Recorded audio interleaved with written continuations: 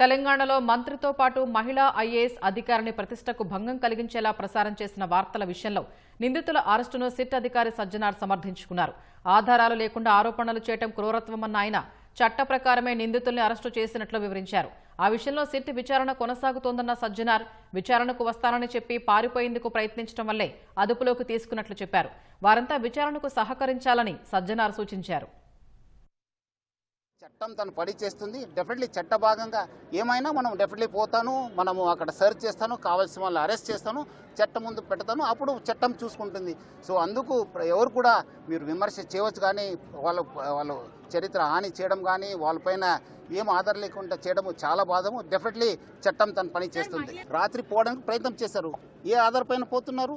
5:30 ticket book చేసి Bangkok పేరుతో వెళ్తున్నారు. కావాల్సింది ఆనే మనకు కోఆపరేట్ చేయాలి కాదనే, చేయకుండా ఎందుకు పారిపోతున్నారు? ఎందుకు పోతున్నారు? వస్తానని చెప్పి వెళ్ళిపోయారు. ఎక్కడికి వెళ్ళిపోయారు అని కూడా పతా లేదు. చట్టం ముందు రండి కదా, చట్టంని ఫేస్ చేయండి కదా, అధికారం ముందు రండి, ఇన్వెస్టిగేటింగ్ సహకరించండి. ఎందుకు పారిపోతున్నారు అని చెప్పి సెల్ స్విచ్ ఆఫ్ చేసుకుని వెళ్ళిపోతే ఎట్లా? కావాలి కదా, మీరు కరెక్ట్ ఉంటే రండి, ఇన్వెస్టిగేషన్కు సహకరించండి. మీరు తప్పు చేయకపోతే ఎందుకండి భయము?